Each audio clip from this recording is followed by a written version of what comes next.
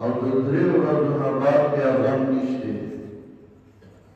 د دې وجې نه چې کوم کور کې غم شوی نو د اختر په موقع هغوی کره اړتللو نه وي پکار، ځکه چې دا یو رسم دی، یو بدعت دی، یو ناروا کار دی او غمزده ته همدا نه پکار چې هغوی په دغه ورځ باندې ځان غمجن کړي او غم ښکاره کوي.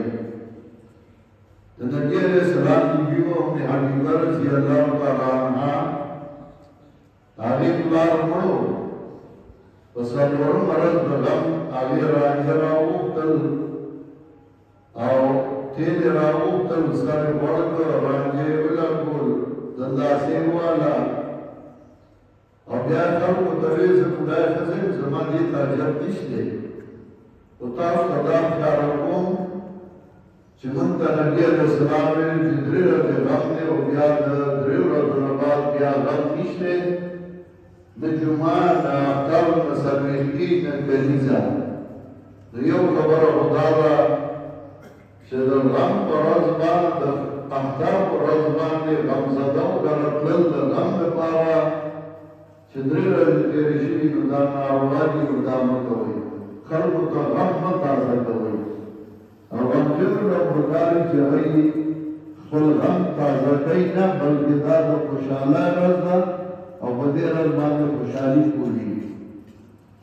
دویمه خبره دا ده چې د اختر دپاره د روژې دپاره نبي علیه السلام وایي روژه ونیوئ په لیدو د میاشتې او اختر کوئ په لیدو د میاشت باندې.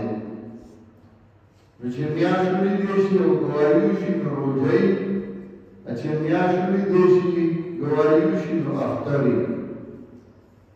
بیا دا خبره چې اول خلک اختر وکړي او بیا وایي میاشت دوه ورځو او پرون اختر صحیح و او نن صحیح و، دا د ځان ناسې دلایل جوړوي.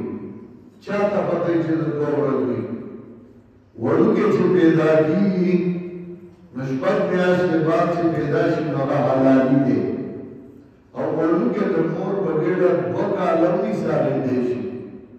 لکه ډېر خلک داسې دي چې دوه کاله د مور په ګېډه حساب شوي دي او بیا پیدا شوي دي او د پیدایښت سره هغه ګرځېدل او نور دې واقعي دي، زه اوږده توپیرونه نه کوم.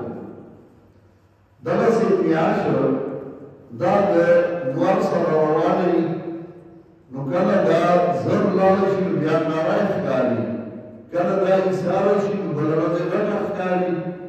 موجب اوسط کې روایت دی د حضرت انس رضی الله تعالی عنه نه چې یو وخت به داسې راشي چې خلک به اول اختر وکړي او بیا به وایي یاره دا میاشت خو د دوه ورځو ده او هغه اوس راغلی دی.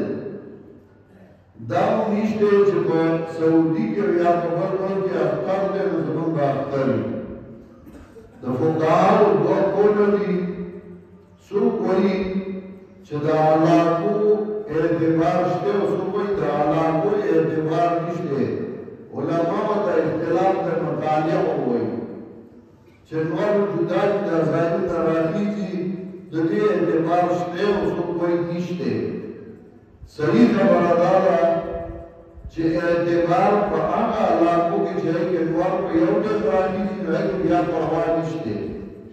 لکه مثلا په پېښور کې میاشت ولیدی شوه ګواري شوه نو موږ به دلته اختر کوو، دلته ولیدی شوه نو هغوی به اختر کوي، ځکه یو علاقه ده. کله چې علاقې جدا جدا وي نو بیا دغه اعتبار نشته.